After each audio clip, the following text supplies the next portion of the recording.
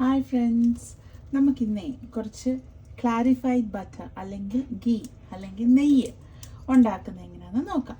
അപ്പം ഞാൻ അതിന് വേണ്ടിയിട്ട് ഡബിൾ ക്രീം വാങ്ങിച്ച് മിക്സിയിലിട്ട് അടിച്ച് ബട്ടറാക്കി വെച്ചിട്ടുണ്ട്.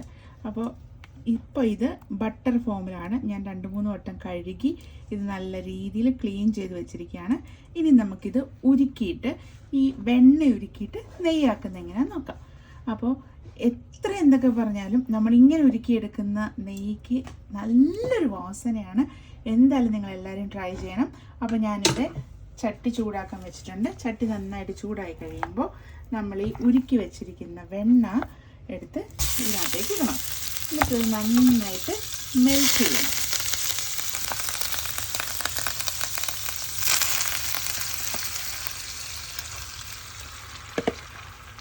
നന്നായിട്ട് കഴുകി എടുത്ത് വെച്ചിരിക്കുന്ന ബട്ടറാണ്. ഈ ബട്ടർ ഉപയോഗിച്ചിട്ട് ടോസ്റ്റ് തിന്നണം എന്നാ ടേസ്റ്റാണെന്നറിയാമോ? അപ്പോൾ എന്തായാലും നിങ്ങളെല്ലാവരും ഇത് ട്രൈ ചെയ്യണം. ഈ വെണ്ണ എടുക്കുന്ന എങ്ങനെയാണെന്നുള്ളത് കാണിക്കണമെങ്കിൽ ഒന്ന് കമൻ്റ് ഇട്ടാൽ മതി. ഞാൻ അടുത്ത പ്രാവശ്യം വെണ്ണ എടുക്കുമ്പോൾ അതും കൂടെ ചേർത്ത് കാണിച്ചു തരാം.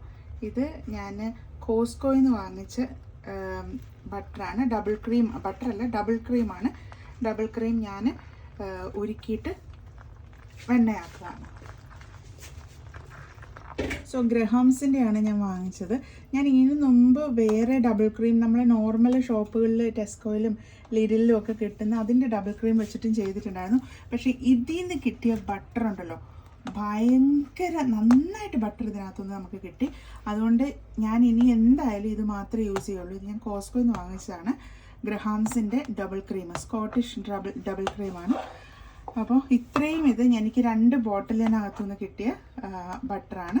ഇതിപ്പോൾ നമുക്ക് ഈ ബട്ടർ ഉരുകി വരുന്ന കാണാം. ഈ പതയൊക്കെ കുഴപ്പമില്ല. ഇതൊക്കെ അതിൻ്റെ പാലും അതിൻ്റെ വെള്ളത്തിൻ്റെ കണ്ടൻറ്റും ഒക്കെയാണ് ഈ പതയായിട്ട് പൊങ്ങി വരുന്നത്. അപ്പോൾ എന്നിട്ടിത് ഫുള്ള് മെൽറ്റ് ആവാനായിട്ട് നമ്മൾ വെയിറ്റ് ചെയ്യണം. ഇത് മെൽറ്റായിട്ടാണ് ഇത് ഉരുകി വെള്ളത്തിൻ്റെ കണ്ടൻറ്റ് ഫുള്ള് പോയിട്ട് ക്ലാരിഫൈഡ് ബട്ടർ ആവുന്നത് അല്ലെങ്കിൽ ഗീ ആവുന്നത്. നമ്മൾ വീട്ടിലുണ്ടാക്കുന്ന ഈ ബട്ടറിൻ്റെയും ഇതിൻ്റെ ഒപ്പം തന്നെ വരുന്ന ഗീയുടെയും ഒക്കെ സ്മെല്ലുണ്ടല്ലോ, നല്ല സ്മെല്ലാണ്. എനിക്ക് ഓർമ്മയുണ്ട് നമ്മൾ വീട്ടിലൊക്കെ നമ്മുടെ മമ്മിമാരൊക്കെ ഉണ്ടാക്കുമ്പോൾ ഈ ഡബിൾ ക്രീം വാങ്ങിച്ചിട്ടൊന്നുമില്ലല്ലോ. ഈ എന്നും പാല് കാച്ചുമ്പോൾ അതിനകത്തുനിന്ന് എടുത്ത് വയ്ക്കുന്ന പാടയും അത് വെച്ചിട്ടാണ് പാട ഇങ്ങനെ കൂട്ടി ഫ്രീസറിൽ വെച്ചിട്ട് ആ പാട എടുത്തിട്ടാണ് വീട്ടിലൊക്കെ നെയ്യാക്കുന്നത്. അപ്പോൾ മമ്മിയൊക്കെ നെയ്യ് ഒരുക്കുന്ന സമയം നല്ലൊരു വാസന വരും. അപ്പോൾ ആ വാസന നല്ല മണമുണ്ടെന്ന് പറഞ്ഞാൽ അപ്പം അടിയിട്ടു. കാരണം അങ്ങനെ മണക്കാൻ പാടില്ലെന്നാണ്. പക്ഷേ ഞാനിവിടെ നിന്ന് മണക്കാറുണ്ട്. പിന്നെ ഇവിടെ ഞാൻ ഉണ്ടാക്കിക്കൊണ്ടിരുന്ന സമയത്ത് ഞാൻ മണത്തിട്ട് നല്ല മണമുണ്ടെന്ന് പറഞ്ഞിട്ടുണ്ട്. ഇതുവരെ കുഴപ്പമൊന്നും പറ്റിയിട്ടില്ല. അതൊക്കെ ഒരു വിശ്വാസമാണല്ലോ, ഓരോ മിത്ത്. പക്ഷേ മണമുള്ള സാധനം മണമുണ്ടെന്ന് പറയുന്നതിന് എന്താ കുഴപ്പം?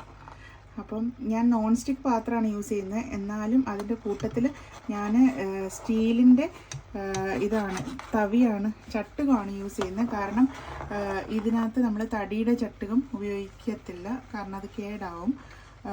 തടിയുടെ ചട്ടുകത്തിനകത്ത് എപ്പോഴും എന്തെങ്കിലുമൊക്കെ ഒരു റെസിഡ്യൂ കാണുമല്ലോ, അത് കുതിർന്നതോ മസാലയുടെ ഇതോ അതെന്തെങ്കിലും. അതുകൊണ്ടാണ് ഞാൻ അത് ഉപയോഗിക്കാതെ ഇത് ഉപയോഗിക്കുന്നത്. പിന്നെ ഒത്തിരി ഇളക്കാനൊന്നുമില്ല, ഇതിങ്ങനെ തിളയ്ക്കാനുള്ളൊരു അനുവാദം കൊടുത്താൽ മതി.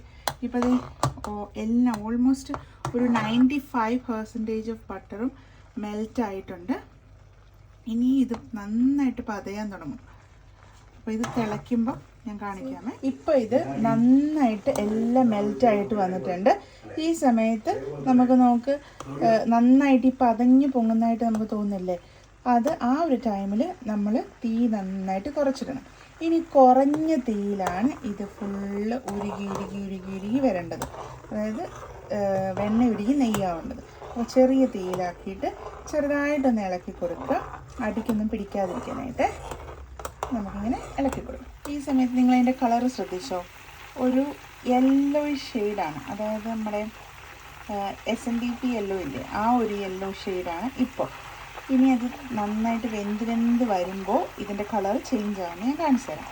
കണ്ടോ, നമ്മൾ ആദ്യം കണ്ടിരുന്ന പതയൊക്കെ അത് തന്നെത്താനത് പോയി. നമ്മൾ സാധാരണ കറിക്കൊക്കെ ചെയ്യുന്ന പോലെ പത വരുന്നത് കോരി കളയരുത്. അത് ആ മിൽക്കിൻ്റെ റെസിഡ്യൂ ആണ്. ഇത് തന്നെ പതഞ്ഞ് പോയി എന്നിട്ട് അവസാനം ഇതിൻ്റെ അടിയിലേക്ക് അടിഞ്ഞോളും. അപ്പോൾ നമ്മളിതൊന്നും ചെയ്യണ്ട. ഇപ്പം നല്ല ഇത് തിളയ്ക്കുന്ന ക്രീ എന്നുള്ള സൗണ്ട്, നിങ്ങൾക്ക് ആ സൗണ്ട് കേൾക്കാൻ പറ്റുമോ? കേട്ടോ, ആ ഒരു സൗണ്ട് ഉണ്ടാവും. അത് അതിനകത്തെ വെള്ളത്തിൻ്റെ കണ്ടൻറ്റ് ഫുള്ള് ഇതായി പോകുന്നതാണ്. അപ്പോൾ ഒരുപാട് ഇളക്കണ്ട, എന്നാലും ഒന്ന് ഇളക്കി കൊടുത്തേക്കണം, എല്ലാ ഭാഗവും ഒന്ന് ഇതാവാനായിട്ട്. ചിലർ ഇളക്കരുതെന്ന് പറഞ്ഞ് ഞാൻ ഇളക്കാറുണ്ട്. ഓക്കെ, ഈ ഒരു പരുവ് എത്തുമ്പോൾ നമുക്ക് നിർത്തണം ആയി എന്ന് തോന്നും, പക്ഷെ ആയിട്ടില്ല, നമ്മൾ നിർത്താൻ പാടില്ല. ശരിക്കും പറഞ്ഞാൽ നെയ്യ് ആയി എന്നുള്ളതിൻ്റെ ഇതെന്ന് പറഞ്ഞാൽ അതിൻ്റെ ആ ഒരു നല്ല മണം വരും. ആ മണമാണ് നെയ്യ് ആയി എന്നുള്ളതിൻ്റെ അർത്ഥം. ഈ പരുവത്തിലൊന്നും നിർത്തരുത്. ഇത് അതിൻ്റെ വെള്ളം ഇപ്പോഴും പൊട്ടിക്കൊണ്ടിരിക്കുന്നേ ഉള്ളൂ. ആ തിള നിൽക്കണം, അപ്പോഴാണ് നെയ്യാവുന്നത്.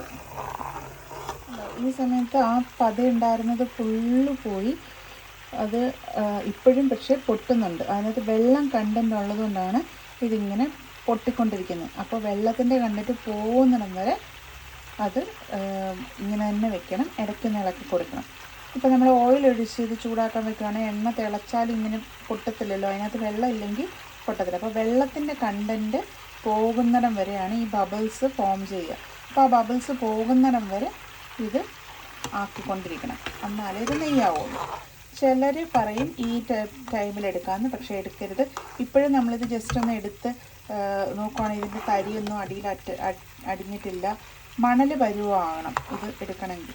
അപ്പം എടുത്തിട്ടില്ല. പിന്നെ വേറൊരു കാര്യം എന്ന് പറഞ്ഞാൽ ഇത് മണത്ത് നോക്കുമ്പോൾ ഇപ്പോഴും ആ പാലിൻ്റെ മണമുണ്ട്. അപ്പോൾ അതിനർത്ഥം ഇതിപ്പോഴും നെയ്യ് ആയിട്ടില്ല എന്നുള്ളതാണ്. അപ്പോൾ ഇടയ്ക്കൊന്ന് ഇളക്കി ഒന്ന് കൊടുക്കുക. ഇനി ഇത് പൊട്ടിത്തീരുന്നിടം വരെ നമ്മളിത് വെക്കണം. പൊട്ടുക എന്ന് പറയുന്നത് ഈ ബബിൾസാണ് കേട്ടോ.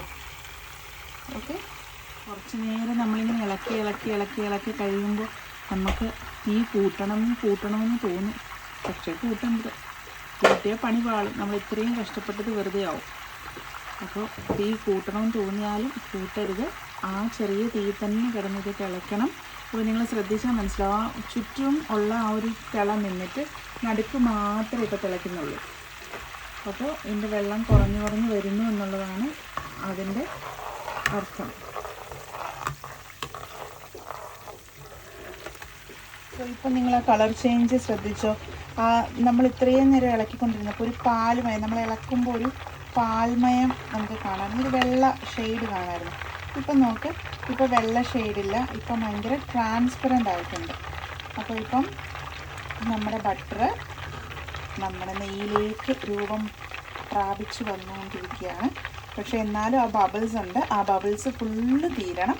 അപ്പോഴാണ് നമ്മുടെ വാട്ടർ കണ്ടൻറ്റ് ഇതിനകത്തുനിന്ന് പോകുന്നത്. ഈ ഫുള്ള് വാട്ടർ കണ്ടൻറ്റ് ഇതിനകത്തുനിന്ന് പോയെങ്കിൽ മാത്രമേ ഇത് പ്രോപ്പർ ഗീ ആവുകയുള്ളൂ. അതുമാത്രമല്ല, ഗീ ആയിക്കഴിഞ്ഞ് ഇത് എത്ര നാൾ വേണേലും സൂക്ഷിച്ച് വയ്ക്കാം, കേടാവാതെ.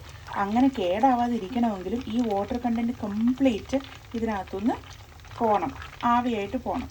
അതുകൊണ്ട് ഈ ഫുൾ ബബിൾസ് പോയി തീരണം എന്നുള്ളത് മസ്റ്റായിട്ട് ചെയ്യണം. എങ്കിൽ മാത്രമേ നമുക്ക് പ്രോപ്പറായിട്ട് ബട്ടർ കിട്ടുകയുള്ളൂ. ഇപ്പോൾ വീണ്ടും നമ്മൾ ആദ്യത്തെ പോലെ തന്നെ പതഞ്ഞ് പൊങ്ങി വരുന്നുണ്ടോ? ഇങ്ങനെ തന്നെ പതഞ്ഞ് പൊങ്ങി വരും. കുറച്ചുകൂടെ ഒന്ന് തീ കുറച്ച് കൊടുക്കുക. ഇത് നന്നായിട്ട് പതഞ്ഞ് പൊങ്ങി വന്നിട്ട് അത് സെറ്റാവും.